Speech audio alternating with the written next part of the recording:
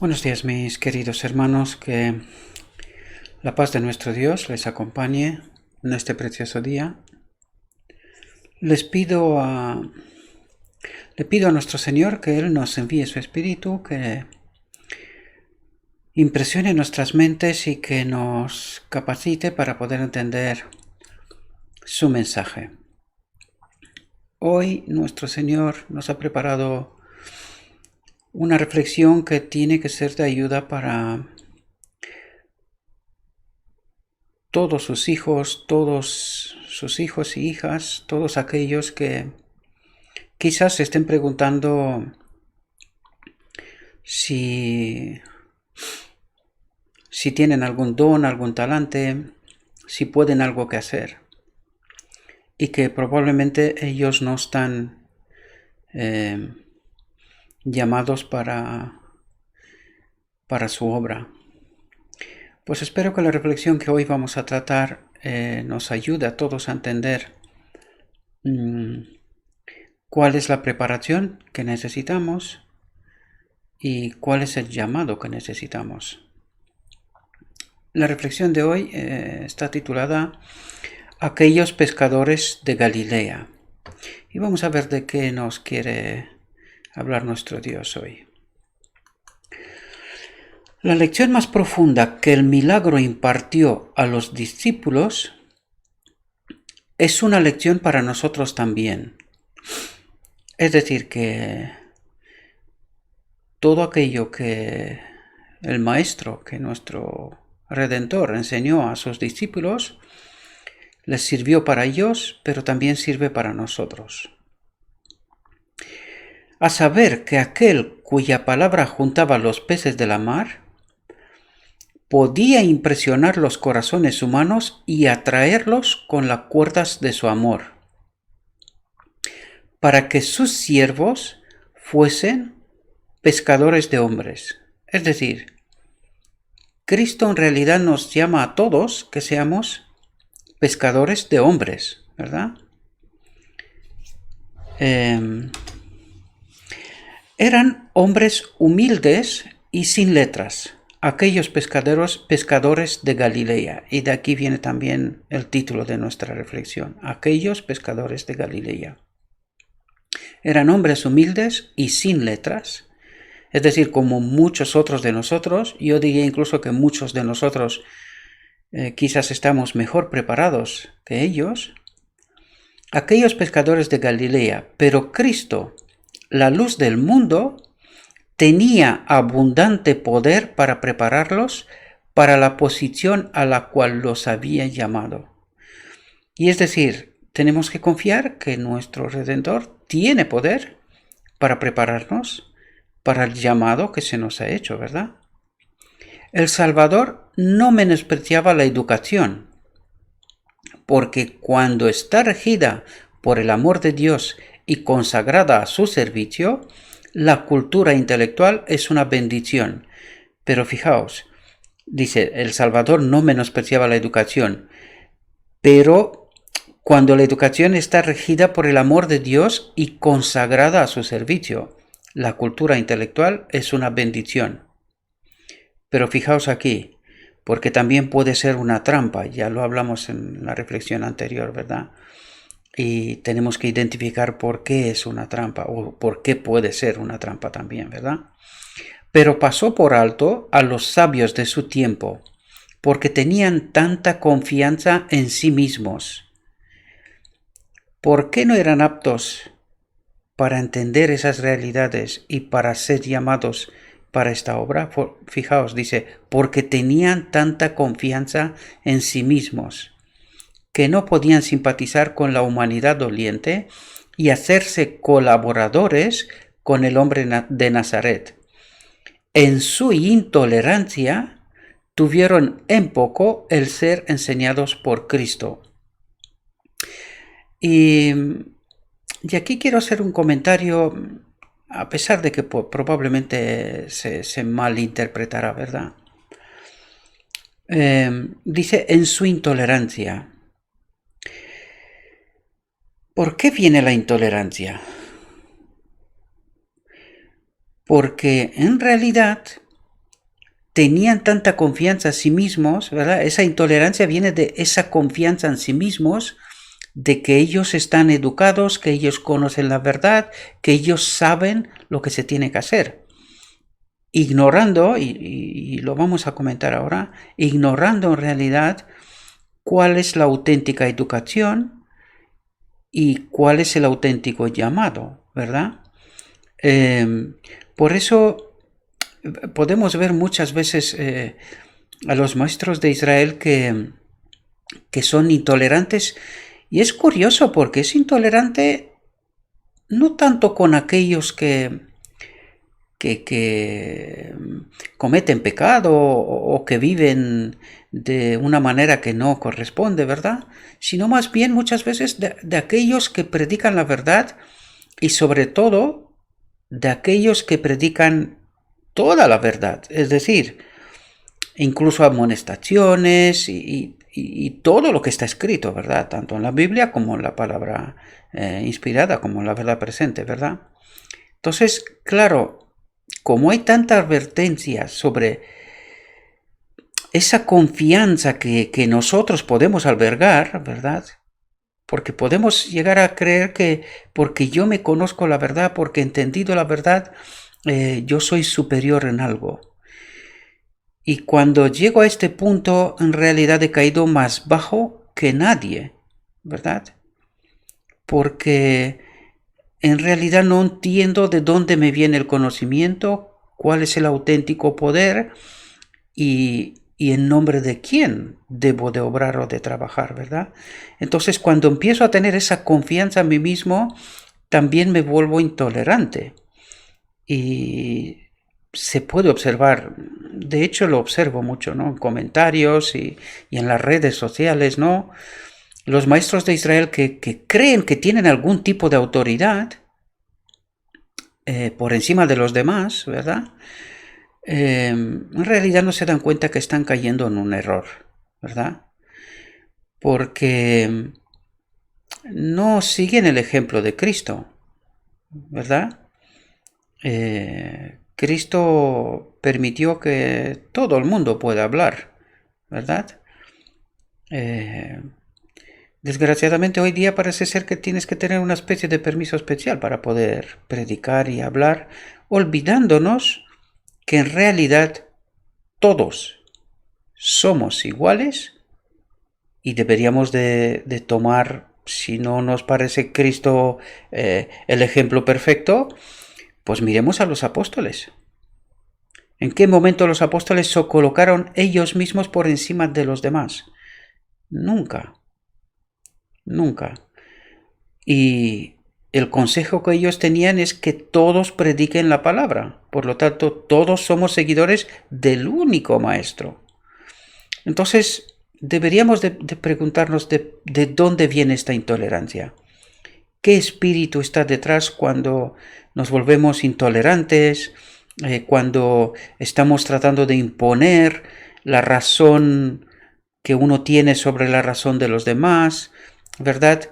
Deberíamos de pensar y reflexionar sobre este asunto, porque es muy probable que nos volvamos intolerantes pensando que nosotros sabemos mejor y más, ¿verdad?, que los demás, olvidándonos que en realidad es el Espíritu Santo el que nos enseña, el que nos educa y el que nos prepara, ¿verdad? Y que también nos hace llamado, ¿verdad? Fijaos, el Señor Jesús busca la cooperación de los que quieran ser conductos limpios para la comunicación de su gracia. Dice, el Señor Jesús busca la cooperación, ¿verdad? Este llamado es a una cooperación. Es decir, el mismo Jesús nos hace iguales en esta obra, ¿verdad? Porque nos dice, el Señor Jesús busca la cooperación, ¿verdad?, de los que quieran ser conductos limpios para la comunicación de su gracia. ¿A quién hace este llamado? A todos. A todos. Y fijaos, Lo primero que deben aprender todos los que quieran trabajar con Dios es la lección de desconfianza en sí mismos. Es decir, la desconfianza en sí mismo es el primer peldaño de la escalera, ¿verdad? Hacia el cielo. La desconfianza en uno mismo. Entonces estarán preparados para que se les imparta el carácter de Cristo. ¿De qué nos habla aquí? De que se nos envíe el Espíritu Santo, ¿verdad? Ese es el carácter de Cristo. El Espíritu Santo en nosotros, ¿verdad? Y fijaos, esto no se obtiene por la educación en las escuelas más científicas. ¿Qué es lo que nos está diciendo aquí? Es que podemos nosotros ir a hacer escuelas teológicas, doctorados, maestrías y todo lo que queramos. Pero ¿quién enseñan allí? ¿Quiénes son los que enseñan ahí en estas escuelas? ¿Verdad? Es el hombre. Es enseñanza de hombres.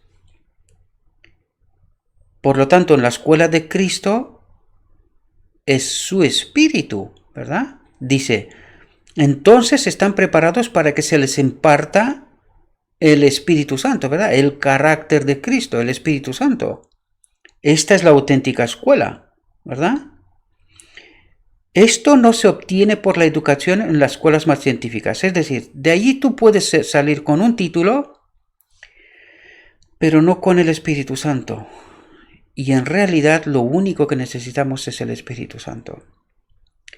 Es fruto de la sabiduría que se obtiene únicamente del Maestro Divino.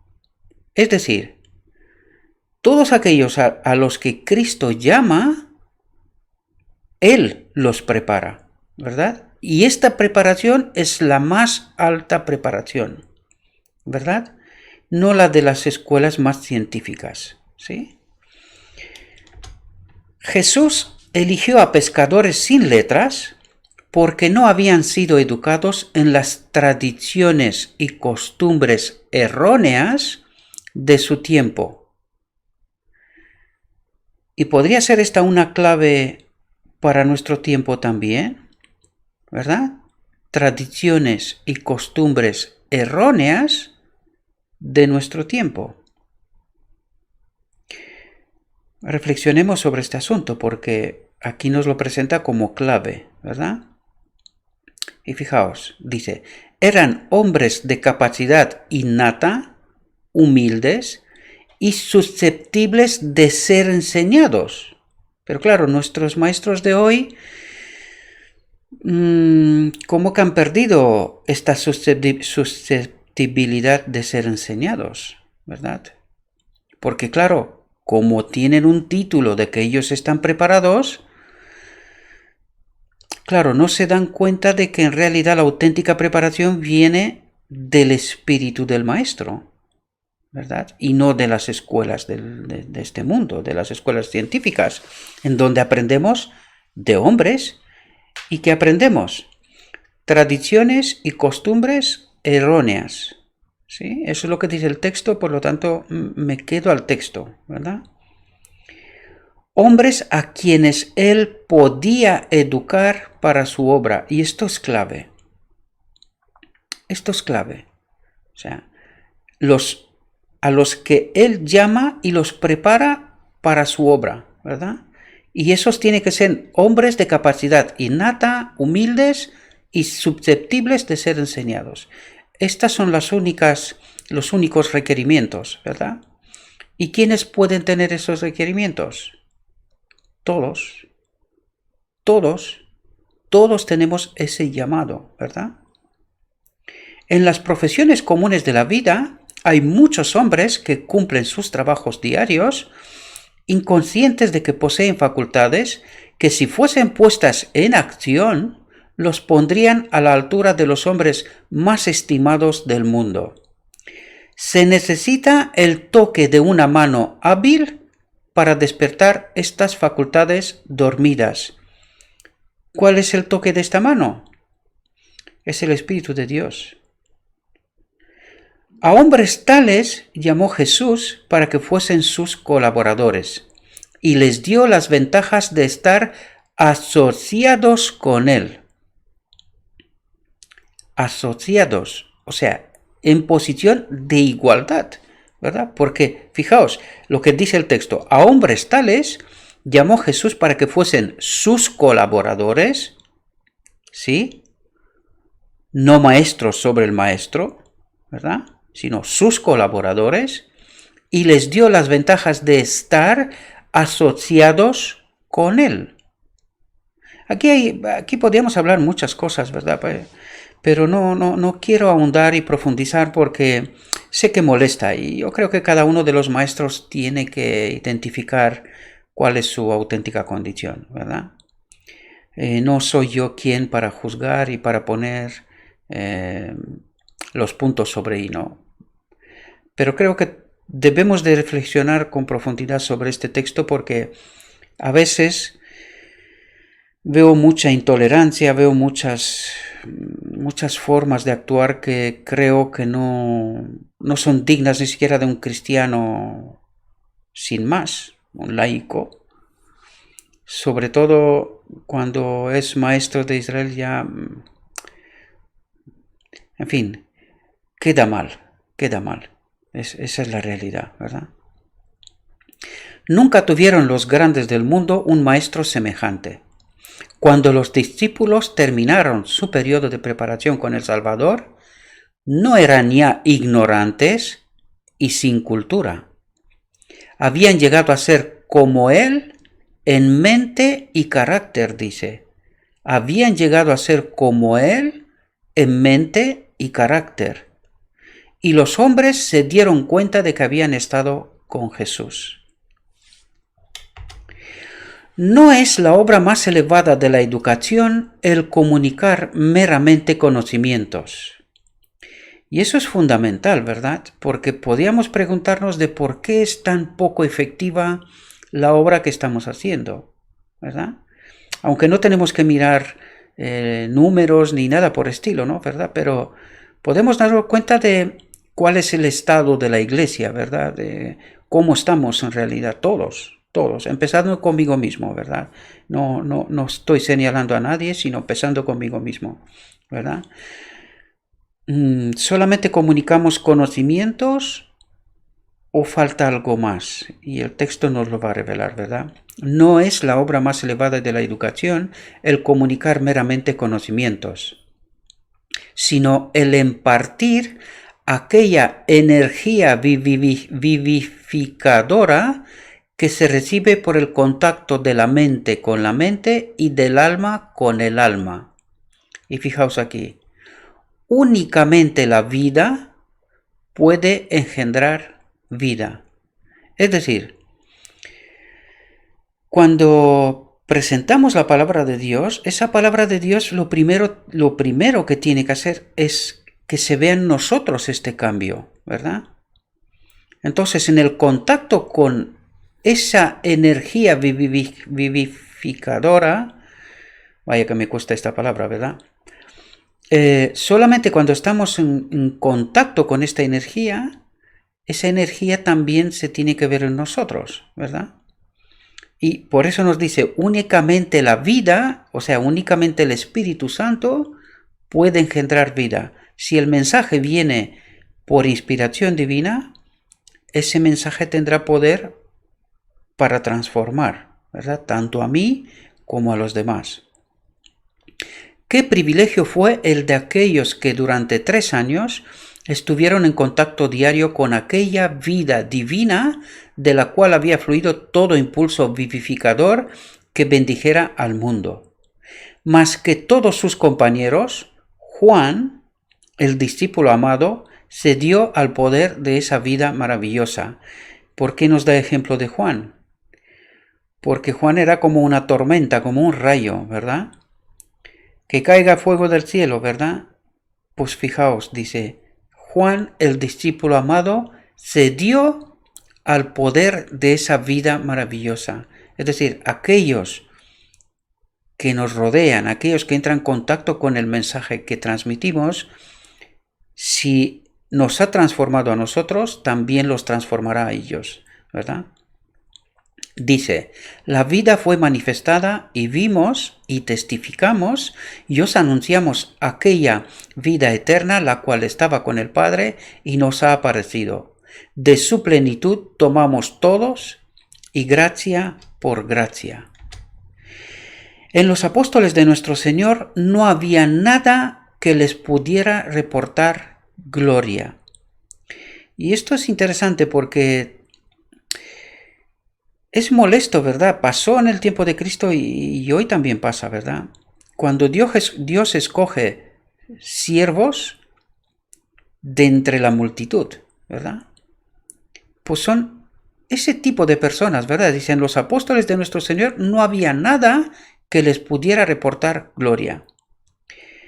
Y esto hace muchas veces que los maestros, ¿verdad?, de Israel no son capaces de darse cuenta del mensaje, ¿verdad? En lugar de estar atentos al mensaje que Dios envía a través de estas personas, voy a dar ejemplo de 1888, ¿verdad? Aunque ellos eran maestros, ¿verdad? Tanto Jones como Waggoner, ¿verdad? Ellos también eran maestros de Israel, porque eran ancianos de iglesia, ¿verdad? Pero aún así no recibieron el mensaje que Dios envió a través de ellos. Pues hoy esto también es una trampa. ¿Por qué? Porque los maestros de Israel miran la persona. Y pasa lo mismo que pasó con el tiempo de Cristo. Mira a la persona y dice, no, este no puede ser el Mesías. Este no puede ser. ¿Por qué? Pues porque lo miraban y decían, pues ¿de dónde viene este? ¿Es el hijo de quién? Y en fin, miran las coyunturas de la persona y no se centran en el mensaje. Pero Dios escoge sus siervos, ¿verdad? Una cosa es lo que está pasando en la iglesia hoy, ¿verdad? Y otra cosa es lo que Dios obra y cómo obra, ¿verdad? Y eso venimos aquí reflexión tras reflexión para enseñar muchas cosas que nosotros damos por hecho que tienen que ser así, que es así como tiene que ser la iglesia, pero la auténtica iglesia de Dios es la auténtica iglesia que Él construyó, que es la de los apóstoles, ¿verdad? Y deberíamos de aprender de ahí cómo se organizaron, cómo se trataban, qué es lo que se hacía, ¿verdad? Y aquella es la auténtica iglesia. Y con eso no quiero decir que esta no es iglesia, pero no todas las cosas y las costumbres y las tradiciones que tenemos eran parte de esa primera iglesia, ¿verdad? Era evidente que el éxito de sus labores se debía únicamente a Dios. Y eso tenemos que hacernos la pregunta, ¿lo que estamos haciendo es en nombre de Cristo y a través de su poder? ¿O son cosas y costumbres y tradiciones de hombres? ¿Verdad? Y eso es muy importante reflexionar sobre este asunto, ¿verdad? La vida de estos hombres, el carácter que adquirieron y la poderosa obra que Dios realizó mediante ellos. ¿Quién realizó la obra? Dios realizó mediante ellos, ¿verdad? Atestiguan, y aquí quiero que estemos atentos todos, atestiguan lo que Él hará por aquellos que reciban sus enseñanzas y sean obedientes. Es decir, y desean compartir esas enseñanzas con el mundo, ¿verdad? Por lo tanto, podemos darnos cuenta que todos tenemos el llamado y que la auténtica preparación es en la escuela del maestro y a través de su poder, ¿verdad? Por lo tanto, alguna vez he escuchado, alguien me decía, no creo que tú tienes el don ni para predicar, ni, en fin, como intentando sembrar la desconfianza, ¿verdad?, en uno mismo. Y está bien que uno mismo tenga desconfianza, ¿verdad? Está bien eso. Pero no está bien cuando estamos intentando parar la obra que Dios quiere hacer a través de nosotros, ¿verdad? Por lo tanto, si escucháis alguna vez que no, que vosotros no tenéis el llamado, que no estáis preparados o cosas por estilo, mi consejo es reflexionen sobre este texto, reflexionen, cada uno de vosotros hagáis vuestra propia reflexión y debéis de entender que la auténtica preparación es en la escuela del maestro, con el maestro, a través de su palabra. Y es Él el que realiza su obra a través de nosotros, ¿verdad? Nosotros con humildad tenemos que dejarnos manejados, transformados por el Espíritu de Dios. Y Él hará lo que tenga que hacer, ¿verdad? Y nosotros tenemos que predicar la palabra. Utilicemos todos los medios que estén a nuestro alcance, ¿verdad? En el contacto con nuestros semejantes, el contacto el que sea. Pidámosle a Dios capacidad para que podamos hacer esta obra, ¿verdad? Espero, mis queridos hermanos, que esta reflexión nos sirva y que nos acerquemos al Maestro, que le pidamos su poder, que Él nos prepare, que nos envíe y que haga su obra, como Él considere, ¿verdad? Y por los medios que Él considere. No permitáis a nadie que impida que hagáis vuestra labor, porque a nosotros, de manera individual, el Maestro nos pedirá cuentas. ¿Qué hicimos con los dones y con los talentos que Él nos ha dado? ¿Verdad? Espero que podáis reflexionar sobre este asunto. Le pido a nuestro Dios que nos envíe su Espíritu, que nos capacite, que impresione nuestras mentes y os deseo un próspero día y que todo lo que os he dicho, os lo he dicho en nombre de Cristo Jesús. Amén.